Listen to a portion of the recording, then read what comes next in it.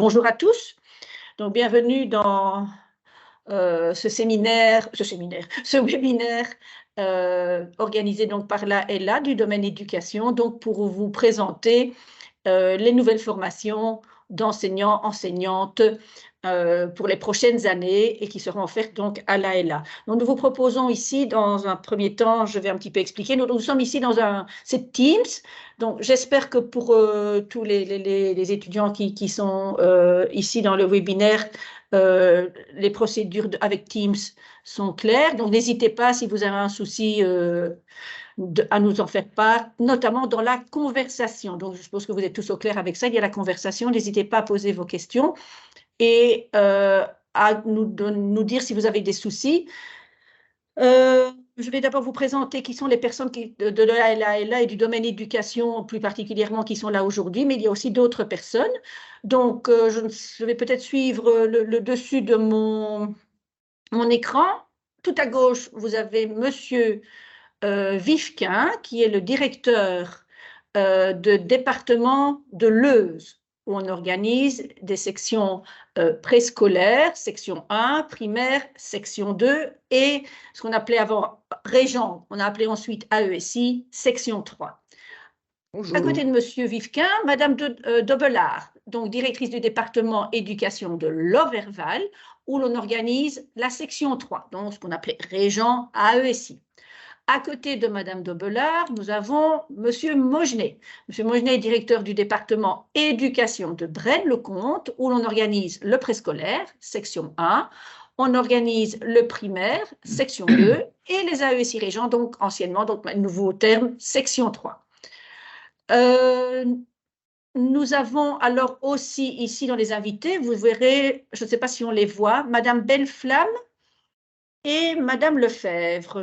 Hélène, voilà, Madame Lefebvre et Madame Belleflamme qui nous accompagnent aujourd'hui dans ce webinaire pour la cellule orientation.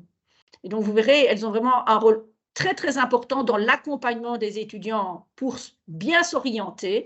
Et donc, elles sont là aussi donc, pour bien voir vos questions et surtout essayer d'y répondre.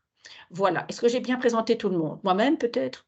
Éventuellement. Donc, Isabelle Siguel, directrice du domaine éducation de l'ALA. Voilà. Est-ce que je n'ai oublié personne? Parce que j'ai des écrans noirs.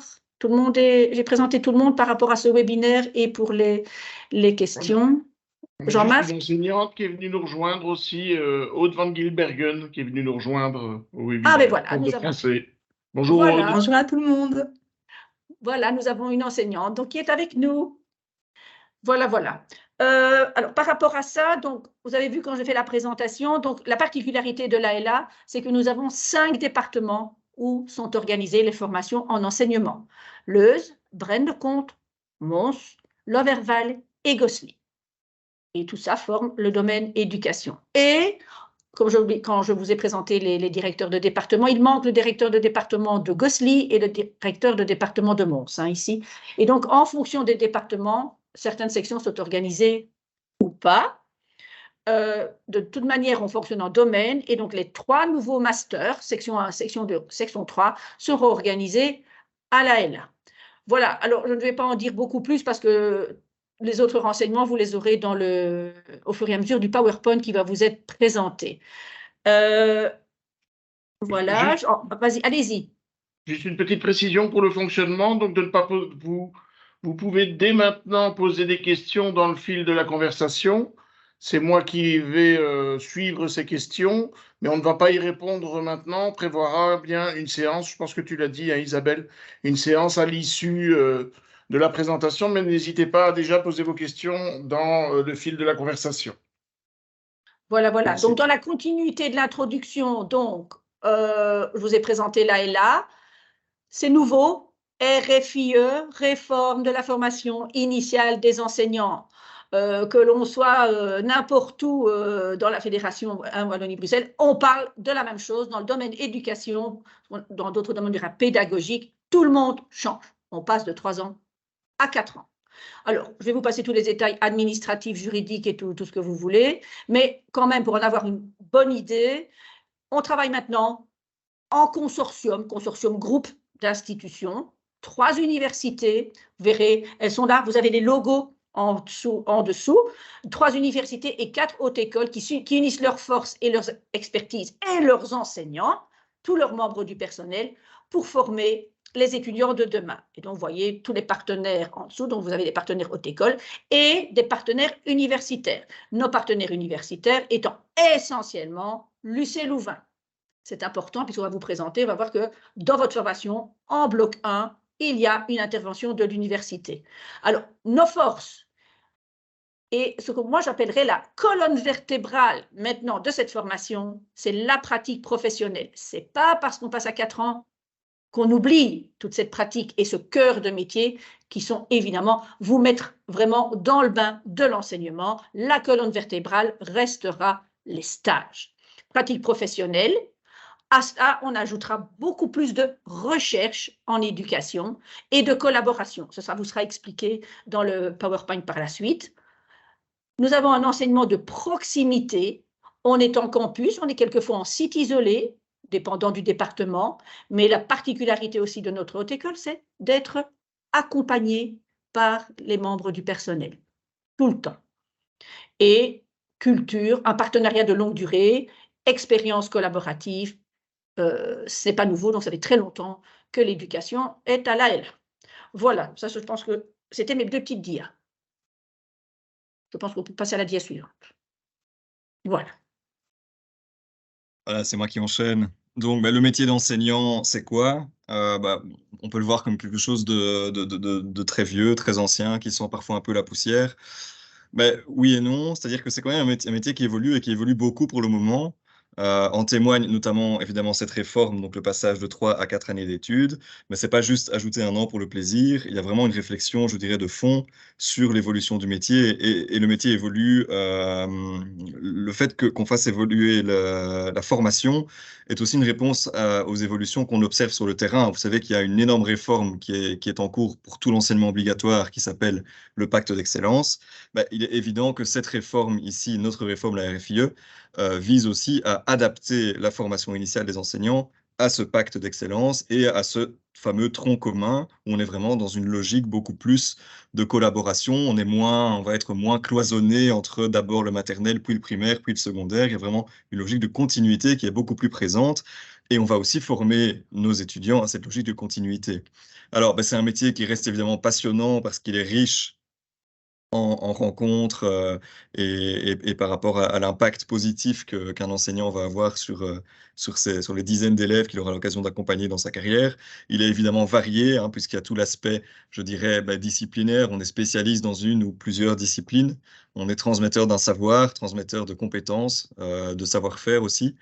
On est également un pédagogue, donc on est un expert dans la transmission des savoirs, on est un expert dans la gestion d'une classe, d'un groupe de dynamiques qui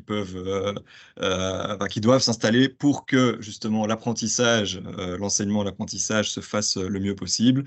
Et puis c'est un métier où il y a aussi de plus en plus une dimension collaborative qui est importante. Et ça, ça s'observe sur le terrain. Et c'est aussi, je dirais, la loi, le cadre légal qui évolue dans ce sens-là et qui maintenant officialise le fait qu'un enseignant, ce n'est plus quelqu'un qui est tout seul aux manettes dans sa classe, qui fait un peu ce qu'il veut, mais c'est quelqu'un qui doit entrer dans une dynamique d'engagement dans son établissement, dans son école, de collaboration avec ses collègues, dans une perspective vraiment d'accompagnement de l'élève beaucoup plus globale. Donc c'est vraiment, quand on dit que c'est un métier qui évolue, c'est une réalité, c'est pas juste des beaux mots. Alors c'est évidemment un métier qui reste essentiel. On est tous là où on est aujourd'hui parce que l'école a d'abord été là. Et parce qu'on a appris des choses, et on a appris des choses évidemment en dehors de l'école, mais on a aussi appris tous beaucoup de choses à l'école. C'est un métier qui conserve heureusement une haute responsabilité dans la société. L'école, l'institution scolaire globalement conserve la confiance des citoyens et on continue je dirais, à confier à l'école la lourde responsabilité quand même de former les citoyens de demain, donc de former ceux qui feront le monde demain. C'est quand même pas n'importe quoi. Et enfin, et ça c'est peut-être un petit peu plus, je dirais, pratico-pratique, mais c'est très important aussi, c'est un métier en pénurie. Et donc, en vous engageant dans ces études, vous vous assurez, je dirais, un avenir professionnel sûr Et ça, ce n'est certainement pas négligeable à l'heure actuelle. Alors, je parlais de nouvelles logiques en disant, c'est moins cloisonné qu'avant. Avant, voilà, on faisait des études d'instit préscolaire et on donnait cours en maternelle après. Instit primaire, entre la première et la sixième primaire, et puis Régence, c'était de la première et la troisième secondaire. Vous voyez qu'ici, les empans, alors ce qu'on appelle les empans, c'est justement les années d'études dans lesquelles on va pouvoir enseigner avec tel ou tel diplôme. Les empans s'élargissent et même se recouvrent en partie. Donc, vous voyez que maintenant, avec le master en enseignement section 1, on pourra donner cours en maternelle, évidemment, mais aussi jusqu'en deuxième primaire. Avec le master en enseignement section 2, on pourra donner cours de la troisième maternelle à la sixième primaire. Avec le master en enseignement section 3, on pourra donner cours à partir de la cinquième primaire jusqu'à la troisième secondaire. Évidemment, pas dans toutes les, si c'est en primaire, ce sera pas dans toutes les disciplines, ce sera dans certaines disciplines de spécialité, puisque en section 3, on se spécialise dans l'une ou l'autre discipline.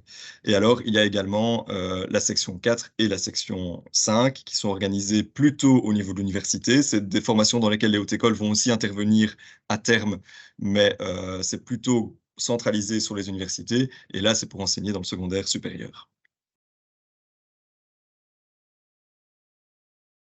On a parlé, donc Isabelle vous parlait de codiplomation. Jusqu'à présent, voilà, c'était bac et haute école, et la haute école se chargeait, je dirais, de tout, de l'ensemble de la formation. Maintenant, c'est différent, c'est un master, c'est en 4 ans, donc il y a une année supplémentaire, et l'université intervient. Alors, c'est pas 3 ans haute école, puis 1 an UNIF, donc l'université va intervenir dès la première année, de manière progressive. En première année, c'est un cours qui va être donné par l'université, et puis progressivement, il y en aura de plus en plus jusqu'à l'année de master, où là, c'est moitié-moitié. Donc, vous avez sur les 60 crédits, donc 60 crédits, ça équivaut à une année d'études. Sur les 60 crédits de l'année de master, vous avez la moitié qui sera assurée par la haute école et la moitié assurée par l'université.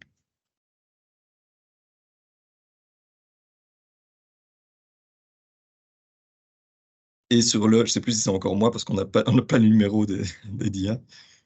C'est encore moi, Katia. Je pense Katia, que c'est à DIA, oui. Merci.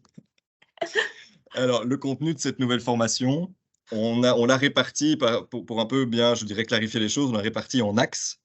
Qui sont au nombre de 6. Le premier axe, c'est maîtriser les disciplines. Évidemment, pour apprendre quelque chose, pour enseigner quelque chose, transmettre quelque chose, il faut d'abord être soi-même un spécialiste de ce dont on parle. Et donc, il y a évidemment cette importance à s'approprier correctement les savoirs et les savoir-faire liés à une discipline en particulier en section 3, éventuellement 2 ou 3, ou même un savoir très multidisciplinaire en section 1 ou en section 2, puisqu'évidemment, les instituteurs de maternelle et de primaire de demain, c'est-à-dire les futurs diplômés en enseignement section 1 et section 2, continueront à développer leurs connaissances dans toutes les matières. Maths, français, éveil, art, et ainsi de suite. Alors, le deuxième axe, c'est la pédagogie et la didactique. Il ne suffit pas d'être un spécialiste et de connaître plein de choses, il faut évidemment aussi savoir comment transmettre. C'est un art, c'est l'art d'enseigner. Ça se développe, il ne faut pas forcément imaginer que c'est inné dès le départ. C'est parfois pas forcément facile de se retrouver face à une classe, mais il y a des trucs, il y a des techniques, il y a des outils, et il y a des méthodes pédagogiques pour vraiment assurer à la fois, je dirais, une attitude d'apprentissage efficace dans un groupe classe et chez chaque élève, et puis aussi pour des techniques pédagogiques pour mettre l'élève, on dit l'élève acteur de son apprentissage, c'est-à-dire le mettre dans les meilleures conditions pour apprendre et utiliser des approches pédagogiques bien spécifiques pour s'adapter aussi parfois à différents profils d'élèves qu'on a. Troisième axe, c'est la communication et la maîtrise de la langue française. C'est quelque chose de très important. La maîtrise du français, je dirais, quelle que soit là où les disciplines qu'on enseigne, ça reste le premier outil de travail de l'enseignant, que ce soit à l'oral, à l'écrit. Il y a énormément de choses qui passent par la langue, par les échanges, la communication. Et donc, c'est également, je dirais, une pierre angulaire de la nouvelle formation. La quatrième partie, c'est le quatrième axe, c'est l'axe pratique. Donc évidemment, très vite, dès la première année, vous allez être mis dans le bain, vous allez aller sur le terrain et vous allez être mis dans des situations d'abord d'observation et puis très rapidement, dès la première année, des situations où vous allez vous-même être amené à animer la classe, à animer des activités d'apprentissage, des dispositifs, et donc à vous familiariser vraiment à qu'est-ce que c'est concrètement être un enseignant, être face à une classe et avec des élèves. Et on considère aussi que l'ensemble de la formation s'articule autour de cet axe pratique qui prend une ampleur de plus en plus importante au fil des années. Donc la durée des stages notamment est de plus en plus longue au fil des années, mais on le verra en détail après. Et donc l'idée est vraiment que petit à petit, vous soyez de plus en plus à l'aise avec toute la complexité du métier d'enseignant et que tous les autres axes contribuent à nourrir cet axe pratique et nourrir cette mise en pratique en stage et puis plus tard évidemment dans votre carrière. Le 5e axe, c'est les sciences humaines et sociales. Alors, on va aborder les thématiques plus transversales sur un peu ce que ça signifie être enseignant, le rôle de l'enseignant dans la société. Alors là, on va aborder les thématiques plus de sociologie, des thématiques plus d'éducation à la vie relationnelle, affective et sexuelle. Ça, c'est des nouvelles thématiques qui apparaissent dans la formation. Et enfin, le dernier axe, c'est l'axe recherche.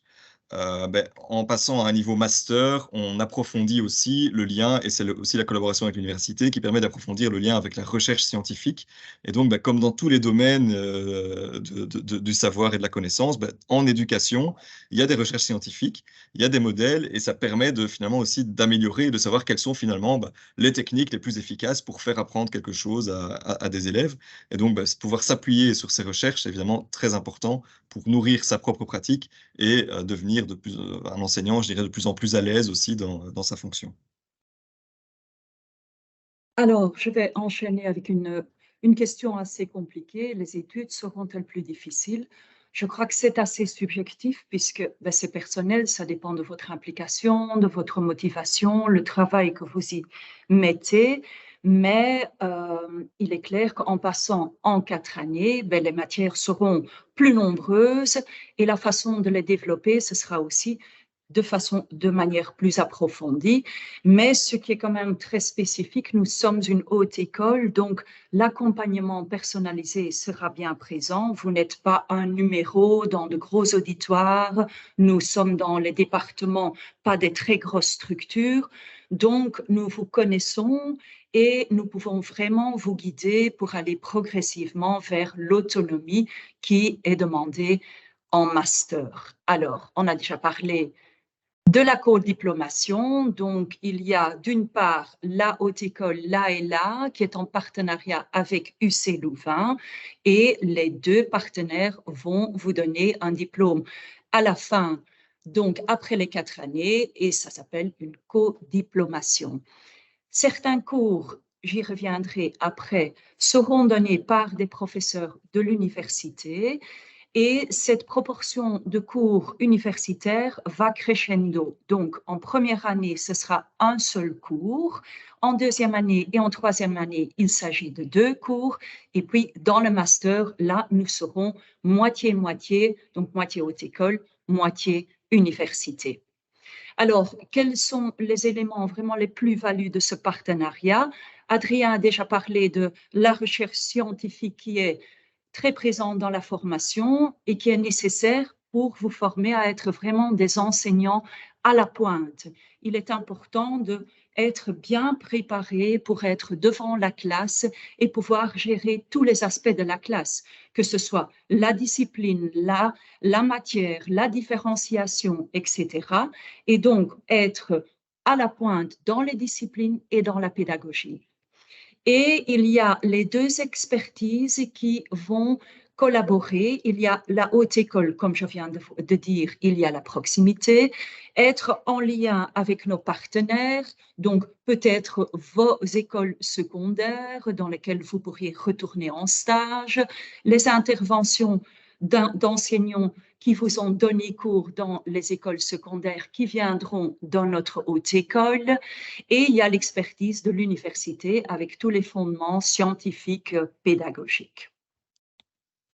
Au niveau du lieu où la formation va s'organiser, pour les 3 sections, donc première, deuxième, troisième, ce sera dans la haute école, dans les implantations de l'AELA. Donc, si vous habitez par exemple près de Leuze ou près de l'Overval, vous choisissez cette implantation, vous aurez tous vos cours là en première, deuxième, troisième année, sauf qu'en deuxième et troisième année, attendez, je m'embrouille. En première et deuxième année, le professeur de l'université viendra dans votre implantation. Et donc, ce n'est pas vous qui devrez aller à l'UC Louvain, mais c'est vraiment l'enseignant de l'université qui viendra vous donner cours.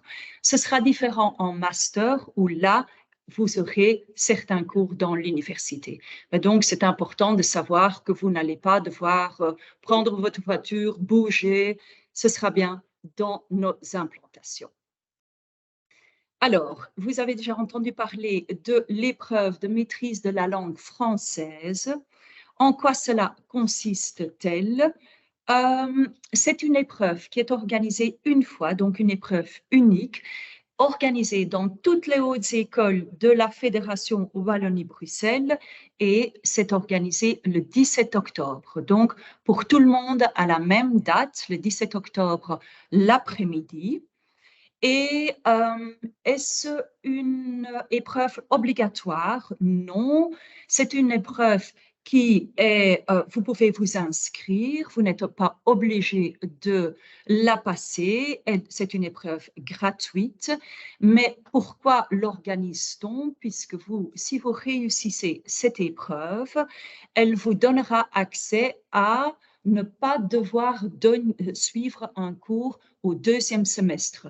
Donc, c'est un cours de maîtrise de la langue qui est organisé au Q2, qui est fait de 5 crédits. C'est quand même un cours important. Et donc, si vous réussissez, vous êtes dispensé de ce cours.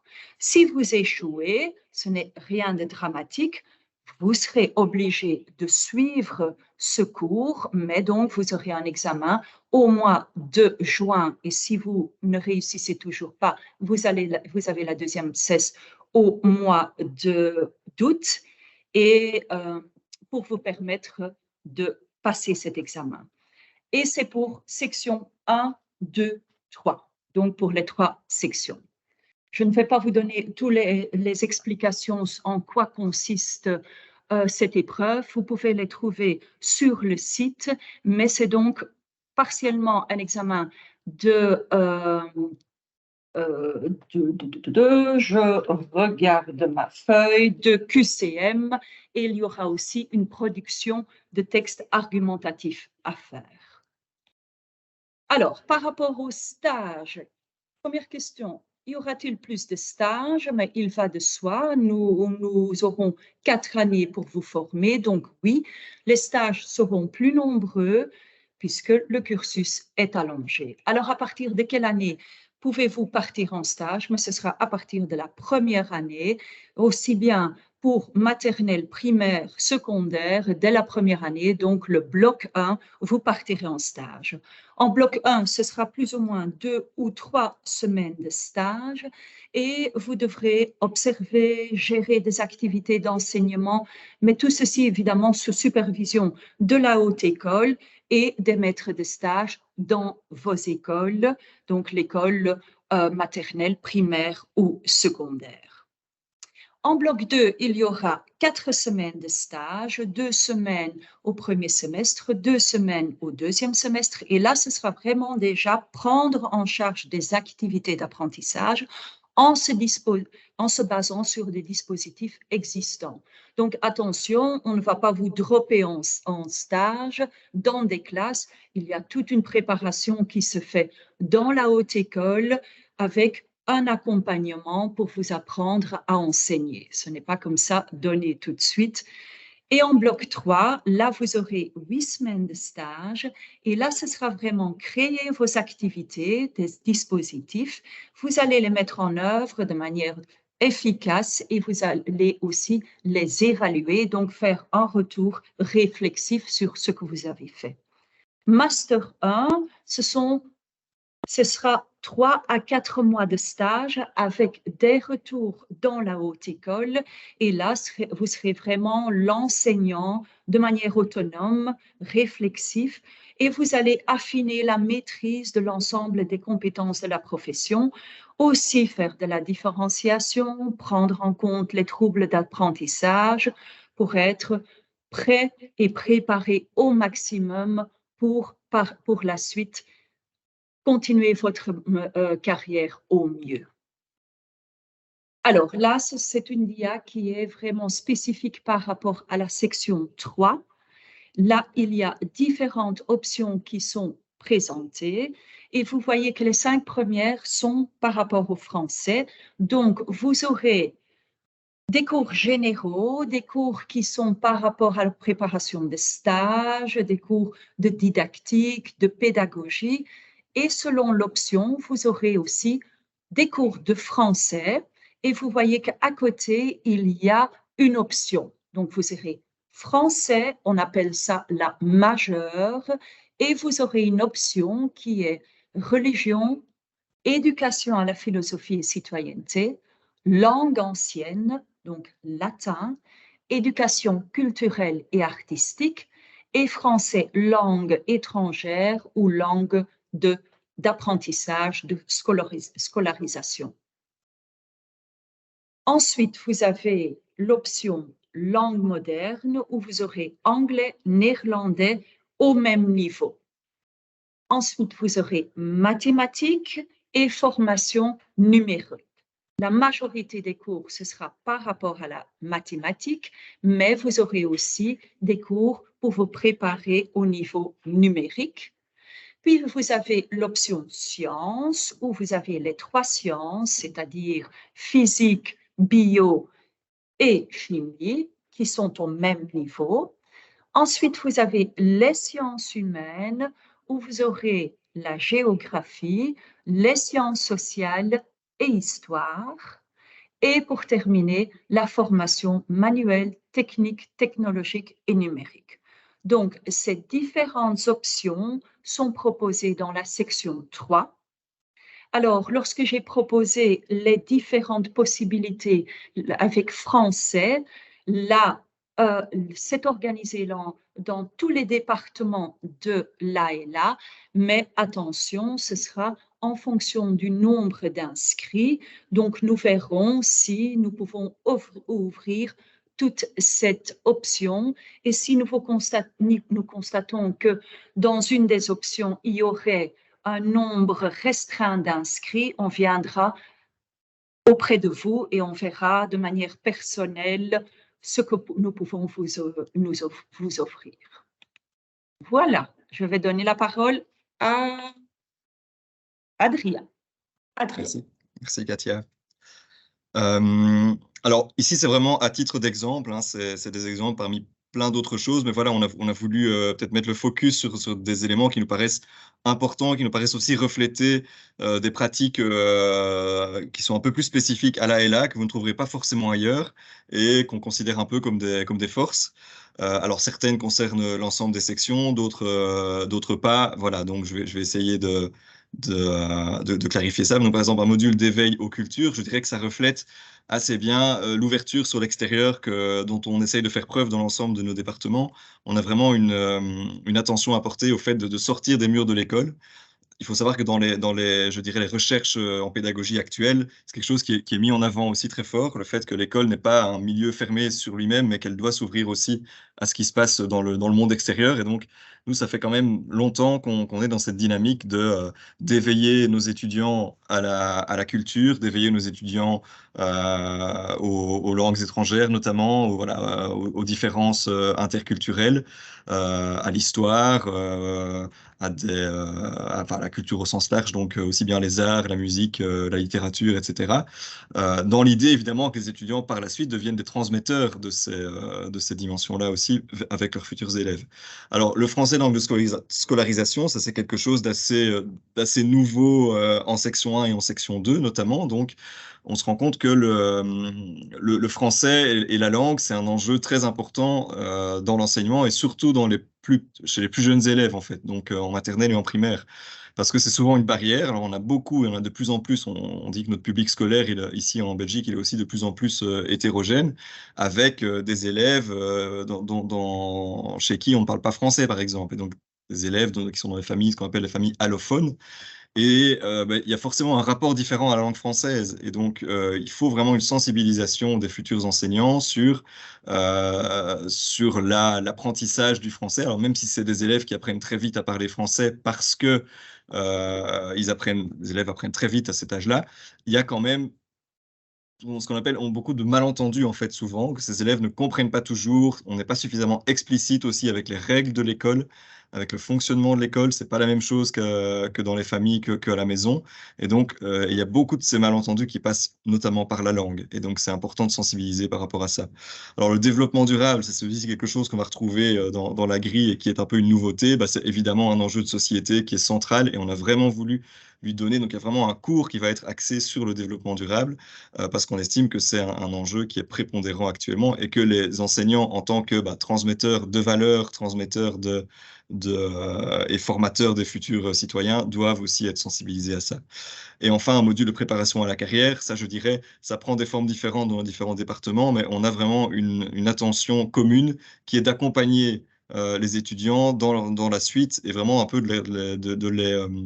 les aider à aider leur insertion professionnelle, même jusque dans les démarches administratives. On sait que c'est pas forcément des choses qu'on apprend d'habitude, de dire voilà, quel document, quelle démarche je dois faire, comment fonctionnent les différents réseaux, parce qu'on est aussi un système d'enseignement en Belgique francophone qui n'est pas forcément simple à ce niveau-là.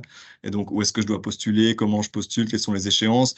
Voilà, tout cet accompagnement-là, il va prendre des formes différentes éventuellement entre nos départements, mais à chaque fois, il existe et on est vraiment attentif à ce que nos étudiants ne se retrouvent pas lâchés comme ça dans la jungle du marché de l'emploi, si je peux me permettre l'expression. Je pense que là, il y a une petite dia pour Katia, ou bien c'est encore pour Adrien? Je pense que les passerelles, c'est Adrien. Voilà. Ouais. Donc ça c'est des questions qu'on a repris, donc des questions qui nous ont été posées en prévision du webinaire, et donc on a déjà mis le focus sur certaines questions. Il y avait la question, est-ce que c'est possible encore d'effectuer une passerelle? Alors il faut voir un peu ce qu'on entend par passerelle. Ce qui existe actuellement, c'est que les bacheliers instituteurs maternels, donc le bachelier, je dis bien le bachelier en 3 ans, peuvent encore cette année et l'année prochaine, mais c'est vraiment les 2 dernières possibilités, peuvent encore suivre une passerelle en 1 an qui leur donne directement l'accès, donc en 1 an, au diplôme d'instituteur primaire. Donc c'est intéressant parce que finalement, avec juste une année supplémentaire, ils ont les 2 diplômes de bachelier. Alors je dis bien que c'est les diplômes de bachelier, que c'est encore possible cette année et l'année prochaine, mais après, ce sera terminé. Donc ça, vraiment, si vous êtes un peu dans cette situation d'être diplômé instituteur maternel, ou si vous connaissez des gens qui, sachez qu'il n'y a plus beaucoup de possibilités de suivre cette formation. Dans notre domaine, on ne l'organise plus qu'à Braine-le-Comte. Alors, en ce qui concerne les passerelles pour la suite, donc en disant, j'imagine que la question, c'était peut-être aussi, voilà, moi j'hésite un peu entre peut-être section 1, section 2. Est-ce qu'une fois que j'aurai fait section 1, j'aurai accès à une passerelle qui me permettra d'avoir aussi le diplôme section 2 pour aller aussi en primaire et de ne pas devoir refaire les 4 années? Alors, actuellement, il n'y a rien qui est annoncé, il n'y a rien qui est décidé, en tout cas au niveau, je dirais, du cadre légal et de l'organisation à ce niveau-là. On peut supposer que le fait qu'on collabore, on entre dans une dynamique collaborative plus étroite avec l'université et dans un consortium, va faciliter ce type de passage d'une section à l'autre.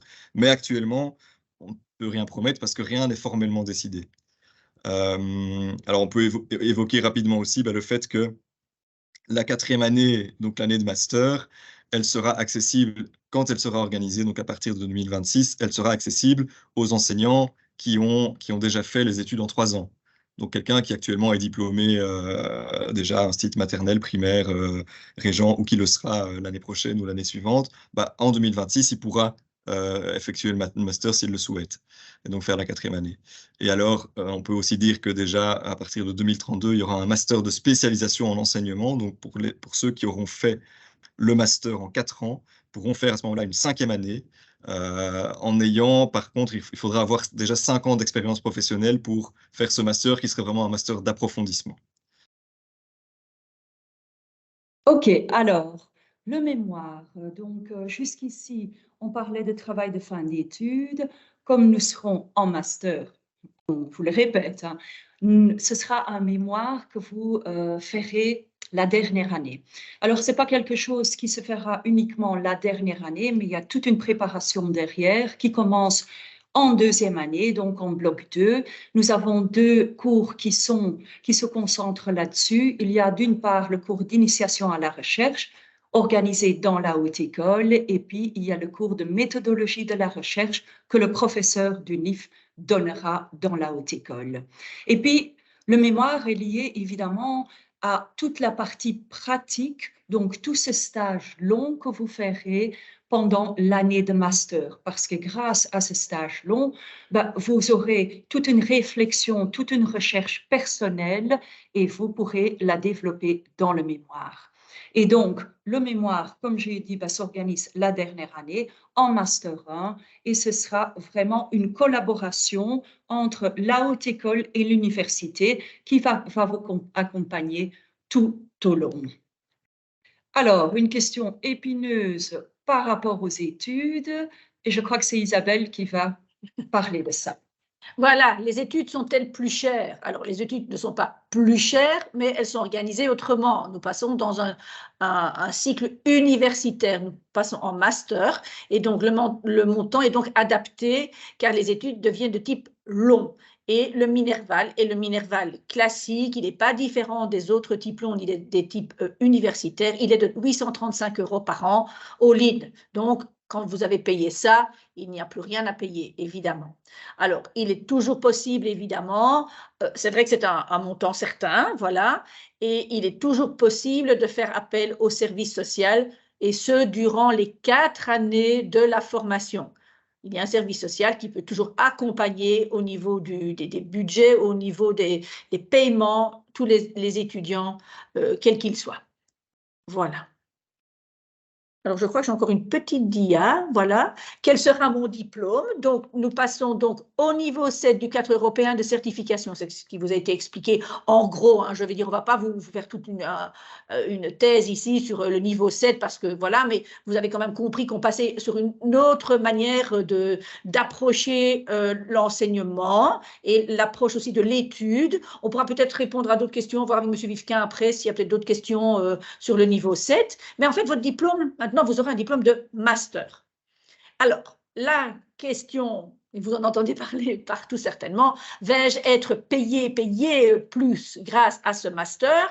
Alors, je suis désolée, je vous lis la petite phrase. La Fédération Wallonie-Bruxelles annonce un barème supérieur pour les étudiants qui seraient en possession de ce master. Nous n'avons pas encore plus de renseignements pour le moment. Pour le moment, il n'y a rien à ce sujet. Quand on a accueilli la ministre Madame Désir l'année passée dans notre haute école et elle nous a dit, comme je vais vous le dire maintenant, ce ne sera pas pour cette législature, ce sera discuté dans la prochaine législature. Et des élections, vous êtes certainement au courant, vont bientôt avoir lieu là dans le courant de 2024 et nous croisons les doigts, mais c'est le vœu le plus cher. Pour nous, mais c'est la même chose que ce soit à la LA, que ce soit chez nos concurrents, je vais dire, que ce soit à l'université, ça ne change rien. C'est la même chose pour tout le monde. Pour le moment, le barème n'existe pas. Voilà. Je pense que c'est Adrien. C'est ça. Non, merci. On a voulu ici mettre un peu en évidence des choses sur lesquelles on met un peu plus le focus, particulièrement à la LA. Et bon, ça rejoint peut-être des choses qui ont déjà été dites par ailleurs, mais c'est important peut-être de le rappeler. L'aptitude de travail en équipe, de nouveau, hein, officiellement, très officiellement, le métier d'enseignant, c'est un travail maintenant de plus en plus coopératif, collaboratif. Et donc, dans les dispositifs d'enseignement qu'on propose à la LA, on prépare aussi les étudiants à ça. On les invite notamment, évidemment, à travailler ensemble, en groupe, collectivement, et on accompagne ça. Alors, c'est important aussi. Vous avez peut-être tous connu des travaux de groupe en secondaire ou en primaire où on vous disait, voilà, maintenant, travailler par groupe. C'est pas si simple. Ça s'apprend, en fait, à travailler en groupe. On peut faire un retour sur notre manière, pas seulement sur le contenu du travail, mais aussi sur la manière de travailler, sur les dynamiques du groupe. Et donc, c'est des petites choses qui sont très intéressantes et qui donnent vraiment des outils aux futurs enseignants qui vont être amenés à s'inscrire dans de la collaboration avec leurs collègues, notamment, et puis peut-être aussi même avec d'autres personnes. Alors, il y a la capacité à rechercher, critiquer l'information. Voilà, on est à l'ère de ChatGPT, de l'intelligence artificielle. On ne sait parfois plus trop qui croire, et donc ça reste important d'avoir cet esprit critique aiguisé. En tant qu'enseignant, on se doit de garder cette distance critique, et donc c'est aussi quelque chose qu'on va développer chez nos enseignants, chez nos étudiants et donc futurs enseignants. Polyvalence, adaptabilité, on en a parlé, un public scolaire de plus en plus hétéroclite dans les classes, dans nos écoles primaires, secondaires et maternelles, et donc s'adapter à ça aussi, à travers notamment les différents stages, entrer en contact. Alors, avec ces différents publics, il y a un stage qui est axé plus spécifiquement sur les troubles de l'apprentissage, parce que ça aussi, c'est quelque chose qui est très prégnant actuellement. C'est les élèves qui ont des profils d'apprentissage particuliers. Il y a un stage qui va vraiment vous permettre de je dirais, de mettre vraiment l'accent sur différentes approches pour vous adapter aux différents profils d'apprentissage. Je pense notamment au profil 10, dyslexique, dyscalculique et autres. Voilà. Et voilà, donc ici vous pouvez visualiser, c'est vrai que la particularité de l'AELA, c'est vraiment nos 5 départements, la couleur de notre département, de notre domaine, l'orange. Et donc, comme je vous le disais tout à l'heure, l'AELA est répartie vraiment dans le Hainaut, avec une autre implantation sur Louvain-la-Neuve, mais de manière générale sur le Hainaut. Et donc, pour notre domaine, implantation de l'Auverval, implantation de Gosselies, Braine-le-Comte, Mons et Leuze en Hainaut, avec des particularités. On ne retrouve peut-être pas les 3 sections, donc préscolaire, primaire et région AESI partout, mais dans l'ensemble, elle s'est bien répartie sur la province. Voilà. Et alors, vas-y. Oui, nous allons terminer ici le PowerPoint et répondre à vos questions, puisque c'est quand même vraiment le but aussi, avoir les renseignements, mais écouter tout ce que vous voulez savoir. Mais je voudrais juste vous montrer comment vous inscrire. Donc, voilà. Si vous cliquez ou vous reprenez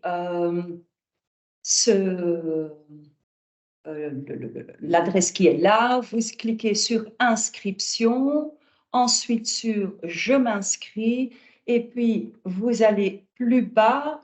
Comme Isabelle a dit, la couleur de l'éducation, c'est orange, et vous choisissez, par exemple, section 1, et vous pourrez continuer à vous inscrire. Voilà, il y a évidemment aussi la possibilité de prendre contact avec les numéros des secrétariats. Donc, si vous avez des questions ou même si vous voulez venir faire une visite, voir les bâtiments des implantations, c'est possible. Nous prenons rendez-vous avec vous et vous venez voir et rencontrer les personnes sur place. Et nous passons aux questions. Voilà, Oui. N'hésitez pas. Hein. Donc, Monsieur Vivquin va nous faire une petite synthèse, voir ici un peu par rapport aux questions. Si vous connaissez le système de Teams, n'hésitez pas, vous avez la petite main, levez la main au-dessus, vous cliquez si vous voulez poser une petite question. Et n'hésitez pas, n'hésitez pas. Peut-être que donc, Jean-Marc, vas-y. Oui, pardon. Pour l'instant, on a eu une seule question qui concernait le master, parce que c'est vrai qu'on entend souvent que le master, c'est 2 années. Mais ici, on est bien dans un master d'une seule année, et donc il y a bien une diplomation au bout des 4 années. J'ai déjà répondu dans le fil. On a aussi, une remarque d'Hélène, Hélène Lefebvre, qui nous dit qu'on peut faire la demande de bourse, et elle a mis le site, donc on appelle allocationdetudes.be. Hein. Donc pour pouvoir faire une demande de bourse, vous avez l'onglet qui est là. Alors, nous avons Mathilde qui pose la question. Bonjour, pourriez-vous nous parler un peu plus de l'examen de la maîtrise de la langue française à 5 crédits qui se lance? Je prends. Enfin, on peut répondre à plusieurs. Hein. Oui. Où je peux commencer et vous me complétez si j'oublie quelque chose. D'accord. Donc, cet examen, c'est un examen centralisé. Donc, il va être organisé dans toutes les implantations de toutes les hautes écoles, je pense, pédagogiques, au même moment. Donc, ce sera le même après-midi en octobre, le 17. C'est bien ça, je ne sais plus. Ça, 17, voilà, oui. le 17 octobre. Ce sera vraiment au même moment pour tout le monde. C'est un peu le principe des examens externes en secondaire, vous voyez. Donc, c'est le même examen pour tout le monde au même moment pour éviter toute fuite et autres. C'est un examen qui n'est pas obligatoire, donc on n'est pas obligé de s'y inscrire. Si on ne s'y inscrit pas, on va d'office avoir à son programme. Donc, si vous décidez de ne pas passer l'examen, vous aurez à votre programme au 2e quadrimestre, donc entre février et juin, un cours de maîtrise de la langue française écrite. Qui est une lieu de remédiation pour vous assurer de vous donner justement ce bagage qui est important en maîtrise de la langue. Si vous vous inscrivez au test et que vous échouez, C'est pas dramatique, c'est pas gravissime. Vous êtes simplement, justement, inscrit également automatiquement à cette unité d'enseignement en maîtrise de la langue au 2e quadrimestre. Si vous passez le test et que vous le réussissez, c'est ce qu'on vous souhaite évidemment, alors vous êtes automatiquement dispensé de ces 5 crédits. Donc, si vous voulez, vous avez un cours en moins au 2e quadrimestre. On considère que vous avez le niveau suffisant, les bases suffisantes en maîtrise de la langue française écrite pour poursuivre vos études et ce métier avec fruit. Et, ce qu'on peut dire aussi, c'est qu'il y aurait 2 parties différentes. Mais voilà, je ne sais pas si on va déjà rentrer dans les détails là-dessus. Peut-être qui veut ajouter quelque chose? Merci, Adrien. Oui, comme Adrien a dit, en fait, 2 compétences vont être évaluées. D'une part, la possibilité d'analyser, résumer un texte et d'autre part, produire soi-même un texte écrit. QCM, d'une part, et d'autre part, vous devez produire un texte, résumer le texte. Et c'est un peu la même organisation comme le CE1D que vous avez connu, le même examen pour tout le monde dans toute la Fédération Wallonie-Bruxelles. Peut-être passer la parole à Aude, Oui, c'est ça. qui est professeure de français. Oui, bonjour à tout le monde. Voilà, donc je pense que Adrien a bien répondu sur, et les collègues sur le côté test. Mais donc moi, ma proposition, c'est un petit peu vous parler du cours après de maîtrise de la langue. Donc l'idée, c'est si le test est raté, comme le disait Katia, il y a aucune gravité à cela. En fait, vous allez simplement suivre le cours de maîtrise de la langue. Et en suivant ce cours de maîtrise de la langue, il y a un petit peu 2 parties qui vont être proposées. D'abord, une partie plus remise à niveau, en plus grand groupe. On reverra un petit peu tous les classiques, hein, les accords des participes passés, les accords, la conjugaison, etc. Et puis après, il y aura une deuxième partie en plus petit groupe, avec vraiment des groupes classes d'une taille plus ou moins similaire à celle que vous avez pu connaître en secondaire. Et là, on va vraiment plus se centrer sur vos besoins particuliers en vous faisant écrire des textes. L'idée n'est pas de faire des dictées, de pointer vos erreurs, etc. et vos lacunes. C'est vraiment de partir des difficultés que vous auriez encore, de vos questions, de vos besoins. Et en fait, on construit le cours à partir de ça. Donc, c'est vraiment un peu des cours à la carte en fonction vraiment des besoins d'une classe, des besoins des étudiants. Ils ne seront pas les mêmes que dans une autre classe, etc. Et donc, il n'y a pas, puisque je vous dis, on part de votre niveau, il n'y a pas de niveau d'exigence minimale pour pouvoir entrer à la haute école. Si vous avez des difficultés à distinguer le A avec ou sans accent, eh bien, on repartira de là. On verra comment est-ce qu'on peut distinguer ces 2 homophones, par exemple. C'est un exemple que je vous donne, mais donc voilà. Il n'y a pas de... Allez, vous venez vraiment avec votre profil, et puis après, on part de là pour améliorer, pour que ça se passe au mieux pour la suite de vos études. Merci, Aude. Il y a un complément. Est-ce qu'il y a moyen de se préparer à ce test? Oui, je pense qu'il y a toujours moyen de se préparer au test. Notamment, je peux vous mettre quelques sites. CCDMP. Voilà, ça, c'est un site qui est un site québécois qui est vraiment bien fait, où en fait, à chaque fois, vous pouvez vous entraîner. Il y a les correctifs. Il y a aussi des sites tels que Français Facile, mais comme l'intitulé le dit, c'est en général plus facile. Voilà, là, il y a vraiment tous les niveaux de difficulté avec des correctifs et surtout des explications. Donc, vous pouvez, si vous souhaitez, vous entraîner, mais là, on est vraiment sur l'aspect purement normatif de la langue pour un petit peu booster l'accord des participes passés, les homophones, etc. Ça peut éventuellement vous aider. Merci. Il y avait une question également sur les cours de la section 3 par rapport à ceux de la section 2. Ça, je vais peut-être lancer, puis mes collègues vous compléterez. Donc, est-ce que les cours sont les mêmes? Mais non. Donc, en section 3, comme on l'a dit dans la présentation, c'est pour enseigner aux enfants et adolescents de 10 jusqu'à 15 ans, sauf en langue, hein, puisqu'en langue, c'est déjà à partir de la 3e primaire. Et il y a effectivement une spécialisation disciplinaire dans la section 3. Et par contre, dans la section 2, on prépare à plusieurs disciplines, puisque là, on est amené à enseigner toutes les disciplines, que ce soit le développement artistique, la musique, le français, les maths, etc. Alors, en section 3, on se spécialise dans les options qui ont été présentées lors de la présentation, que ce soit français avec une mineure, développement artistique ou français FLE, par exemple. Le français FLE, je pense qu'Adrien en avait parlé aussi, ce n'est pas français langue moderne, c'est français pour pouvoir enseigner le français à des gens qui ne le parlent pas bien ou qui ne le parlent pas du tout.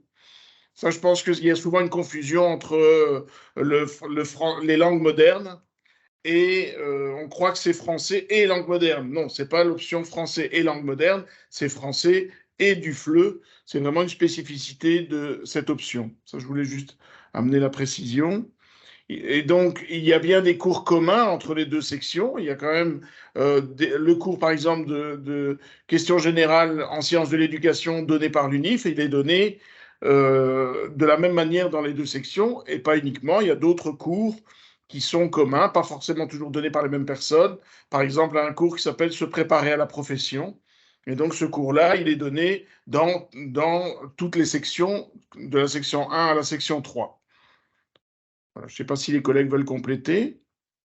Peut-être juste dire que si vous choisissez section 1, section 2, ben, vous allez prendre tous les cours, vous allez donner comme un instituteur tous les cours, mais si vous choisissez la section 3, vous serez spécialisé, par exemple, en anglais, en sciences humaines, et vous donnerez que certains cours. Donc, c'est vraiment la grande différence entre les deux, section 1, 2 et section.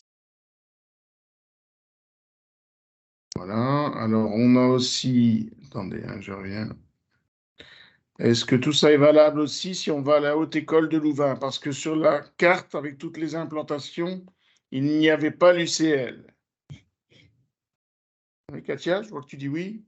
Oui, bah, je pense qu'en fait, la carte que nous avons montrée, et je peux la remettre après, mais il y avait les différentes implantations de là et là, mais UC Louvain, c'est l'université, c'est notre partenaire avec qui nous allons travailler. Donc, la haute école, c'est là et là. L'université qui se trouve à Louvain-la-Neuve, ben, nous allons collaborer. Et donc, si vous choisissez de faire vos études à Gosselies, vous aurez tous vos cours à Gosselies, mais le professeur de UC Louvain viendra à Gosselies donner les cours. Ce sera en master que vous irez de Gosselies suivre une partie des cours à UC Louvain. D'accord? C'est une collaboration haute école, LA, UC Louvain, université. On peut peut-être préciser aussi pour Madame Bachelard qui pose la question que dans notre consortium, il y a par ailleurs une autre haute école qui, elle, est présente, qui a un département pédagogique à Louvain-la-Neuve. Et donc, bah, ce n'est pas nous, mais c'est un partenaire hein, du même consortium. Et donc, bah, si c'est ça la question, oui, il y a aussi la possibilité de suivre le master en enseignement, section 1, 2, 3, à Louvain-la-Neuve directement. Mais alors, à ce moment-là, ce n'est pas à la HELA, c'est à Léonard de Vinci, qui est une institution partenaire également. Si, j'ai déjà fait une année de bachelier, mais je n'ai pas validé mes stages. Mais il y a des cours que j'ai validés. Est-ce que je pourrais avoir des dispenses? Mais donc ça, c'est une question vraiment, j'ai l'impression, assez particulière. Et je pense qu'on peut vraiment, au cas par cas, analyser les situations des étudiants qui souhaitent s'inscrire en concertation aussi avec ce qu'on appelle des conseillers académiques qui nous aident à concocter les nouveaux programmes de cours avec dispense, pas dispense, accès aux cours du nouveau cursus ou pas. Et donc ça, je renverrai peut-être Naomi Jaël à un mail à envoyer dans le département qu'elle souhaite viser particulièrement et on pourra l'orienter tout de suite vers des conseillers. Peut-être ajouter quelque chose que c'est vrai, on n'a peut-être pas insisté là-dessus parce qu'il y a peut-être des étudiants qui sont là, qui ont déjà, comme cette demoiselle, un an de bachelier. Et c'est la particularité, mais à nouveau, c'est pour toutes les institutions impliquées dans la réforme de la formation initiale des enseignants, l'ancien parcours à 3 ans et le nouveau parcours à 4 ans vont se télescoper pendant un petit temps. Et donc, des étudiants qui auront peut-être des échecs, mais qui auront aussi validé certaines choses dans une autre haute école ou chez nous, comme dit M. Vivquin, tout ça demande une analyse bien pointue pour être sûr que les étudiants aient des yeux qui correspondent et qu'on respecte les règles aussi de dispense et de ce qu'on pourrait dire d'anticiper. C'est un calcul très, très difficile pour le moment et pour toutes les institutions. Parce que si vous êtes en B1 maintenant, l'année prochaine, le B1 tel que vous l'avez connu aujourd'hui, où que ce soit, il n'est plus là. Et donc, c'est toute une logique à avoir. Et là, ça se fera comme au cas par cas, toujours en essayant évidemment de valoriser le plus de dispenses possible et toujours en essayant de donner l'opportunité aux étudiants d'aller chercher des cours plus loin. Vous comprendrez la difficulté, c'est que l'année prochaine, à nouveau, quelle que soit l'institution, la deuxième année du nouveau parcours, nulle part elle existera. Et vous voyez toute la difficulté d'établir le programme de cours d'un étudiant qui aurait déjà fait une première, hein, ou qui aurait déjà fait autre chose. Je ne parle pas d'un étudiant qui arrive de recto. Hein. Ça, c'est beaucoup plus simple. Voilà. Alors, il y a une question. J'aimerais contacter le secrétariat. Je suppose qu'il est ouvert jusqu'à 16 h. Ou 17 h. Ou 17 heures, h, la majorité, oui. D'accord. Il y a une question sur le cas. Oui, pardon, vas-y. Non, il y a une question pour toi sur la date de rentrée à Leuze. La date de rentrée à Leuze, c'est le 14 septembre. Avec une rentrée spéciale. On ne va pas tout dévoiler ici, mais voilà. Donc, le calendrier scolaire disponible sur le site de l'AELA, je dois vérifier, parce que ça, je n'ai pas encore été voir, sur les dates de vacances, mais ce sera mis à jour à coup sûr pour la rentrée. Le calendrier académique est là et sur le site. Ça, c'est sûr. Oui, mais le calendrier académique, tel qu'il a été validé. Parce que je ne vois pas que ce soit spécifique au site de Leuze. Hein. Ah non, du tout. C'est pour tout le monde. Hein, donc, oui. Oui, c'est bien le 14. OK. On a répondu. Donc, les congés scolaires ne sont pas calqués sur ceux de l'enseignement primaire et maternel, comme on me l'avait dit début juillet lors de la visite de l'école. Ben, ça, je vais peut-être répondre. Les congés scolaires sont en grande majorité calqués sur ceux de l'enseignement fondamental. On a un calendrier scolaire avec une semaine sur les deux à la Toussaint. Et donc, il y a une semaine qui est commune à l'obligatoire et l'autre semaine non, parce que dans l'enseignement supérieur, il n'y a qu'une semaine sur les deux. Les 2 semaines de Noël sont bien en même temps que l'enseignement obligatoire. Pour le congé de printemps qu'on appelait carnaval avant, il y a une semaine commune avec l'obligatoire sur les deux. Et donc, l'obligatoire a congé 2 semaines, nous, une semaine, mais quand même en même temps que l'obligatoire. Et enfin, le congé de Pâques est identique au congé de l'obligatoire. Donc, les 15 premiers jours de mai, contrairement à l'année passée où c'était un peu du chipotage. Hein. Ça nous fait toujours 2 semaines en plus de vacances qu'à l'université. Voilà, oui, tout à fait, parce que c'est bien de le préciser. Et à la Toussaint et ce qu'on appelait avant le carnaval, les étudiants qui sont à l'université, ils n'ont pas congé. Tout à fait. Merci. Donc l'AELA comprend uniquement les hautes écoles. En tout cas, l'AELA est une haute école, mais qui travaille en codiplomation avec une université pour cette formation-ci, mais pas uniquement pour cette formation-ci. Hein. Il y a d'autres collaborations et d'autres accords de codiplomation que la formation des enseignants. Ah oui, une question sur le Master 2 en 2032. C'est bien de voir. Mais je peux peut-être répondre par rapport à ça. Maintenant, c'est vrai qu'on a, et Adrien le disait tout à l'heure dans la présentation, on a un petit peu rétropédalé aussi à certains moments. Bon, le Master 2, on en a parlé, on n'en a plus parlé. Et bon, je veux dire que ce n'est pas la priorité pour le moment. En tout cas, si on parle donc de la deuxième année de Master qui pourrait être organisée, est-ce que ce serait une spécialisation? On avait parlé de l'immersion, on avait parlé d'apprentissage particulier, on a parlé un petit peu de tout hein, pour ce Master 2. Le numérique, oui, spécialisation dans le numérique. Donc voilà, là, attendons, c'est prévu, c'est dans le décret, mais on est loin d'avoir ficelé les choses. Hein. Oui. Là, on va déjà essayer de ficeler les 4 ans ici, et puis, et à nouveau, on est tous dans la même logique du Master en 60, puisque tout le monde aura un Master 2 en même temps, je veux dire, dans la Fédération Wallonie-Bruxelles. Voilà. Je ne vois plus de nouvelles questions, sauf si quelqu'un est en train d'écrire, mais pour le moment... N'hésitez pas à lever la petite main merci si vous bien, souhaitez. merci à vous. Merci Merci à tous. Hein.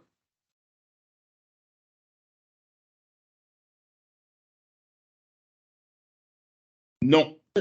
Non, il n'y a pas de cours de néerlandais. Dans la section 2, non. Non. Oui, c'est peut-être à préciser par rapport au fait qu'on a dit qu'il y avait des cours de néerlandais maintenant à partir de la 3e primaire, mais ils seront bien assurés par les enseignants de section 3, orientation langue germanique. Hein, donc on ne demandera pas aux instituteurs primaires, je dirais,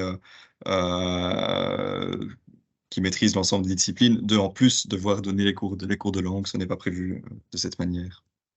Une question sur la pénurie. Est-ce que professeur d'histoire géo est considéré comme un métier en pénurie? Tous les métiers, à ma connaissance, tous les métiers de l'enseignement sont considérés en pénurie. Je confirme. Et je pense que c'est Adrien qui l'a dit tout à l'heure, c'est quelque chose qui doit motiver aussi, parce qu'on a besoin d'enseignants. On a besoin de vous pour pouvoir continuer à offrir un enseignement de qualité. Et donc, la pénurie, elle est bien là. Et donc, à ma connaissance, il n'y a pas de changement. Tous les métiers de l'enseignement sont en pénurie. Alors, on a des questions qui se précipitent là, hein, c'est bien.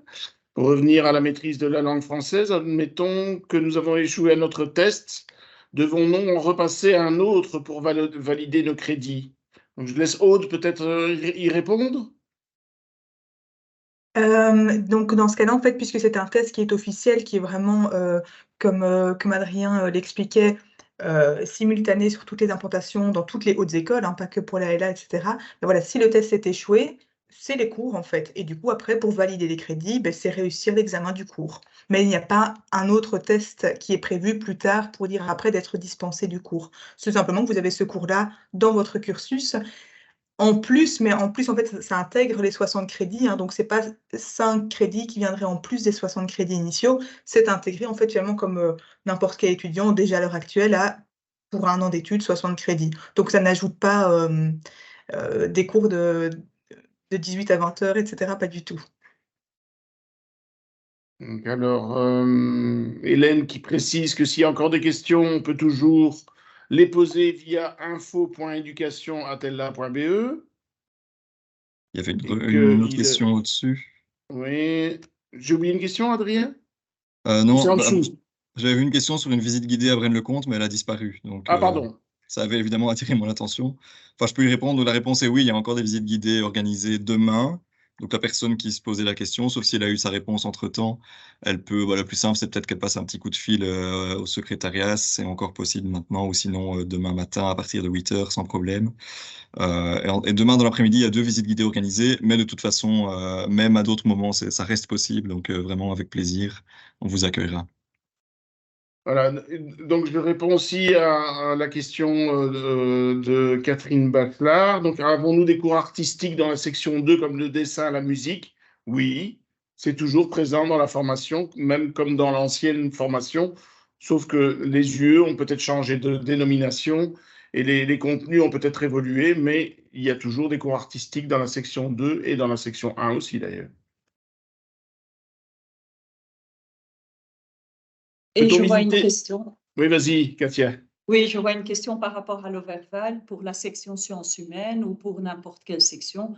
Oui, téléphonez au secrétariat et nous prenons rendez-vous pour vous faire visiter l'école, rencontrer le secrétariat, les coordinateurs et aussi un professeur de la section qui pourra vous expliquer en quoi ça consiste, votre choix. Vous me dites si je me trompe, mais je pense aussi que pour ceux qui hésitent toujours, on peut s'inscrire jusqu'au 30 septembre. Après, bon, on est dans une procédure un peu particulière, mais sinon, si vous hésitez, que vous voulez essayer de venir suivre quelques cours avant de vous inscrire, il y a toujours moyen également. Hein. Et puis, si vous posez des questions sur quelle section, n'hésitez pas, il y a le service d'orientation, de réorientation qui est là pour vous aider au mieux, vous accompagner, puisque c'est quand même un choix très important d'entamer des études supérieures. Oui, si vous avez une question par rapport au service orientation, n'hésitez pas, elles sont là. Hein. Elles sont là derrière. Hein. Donc, n'hésitez pas à mettre votre question, même une question un peu peut-être plus... une question peut-être plus administrative, sans problème. Voilà, ils ont Enfin, mis aussi le logistique. lien pour la prise de rendez-vous éventuellement. Voilà, je ne vois pas apparaître de nouvelles questions. Donc, nous clôturons le webinaire. Je regarde les collègues. Isabelle? OK. Voilà, donc n'hésitez pas. Et merci à tous. Merci Merci beaucoup. beaucoup. Et bonne soirée. Et donc, merci d'être venu participer à notre webinaire RFIE. Et Au à revoir. bientôt à là et là. Au revoir tout le monde.